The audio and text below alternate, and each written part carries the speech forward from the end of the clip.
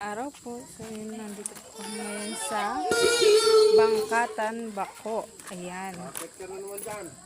Ayan po, mapula po dito ang lupa kasi malapit na po dito sa bundok. Ayan, mataas po rin isang bahay na ito. Ayan. Ari po ang kalsada dito. Ayan, paahon. Ayan pa po yung ibang bahay o mataas kasi malapit pa po ito sa bundok. Ayan, palusong na po ito. So ngayon lang po ako nakarating dito, guys. Ayan. So maganda rin po dito at napakalamig ng simoy ng hangin at dahil puro puno.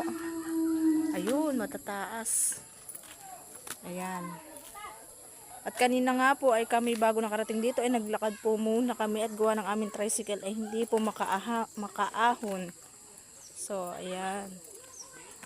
So ayan na lang po. Kami po ay pauwi na sa ngayon at inintay ko na lang po sila, ang aking mga kasama sila Ate Mary Jane. So hanggang dito na lang po at maraming salamat.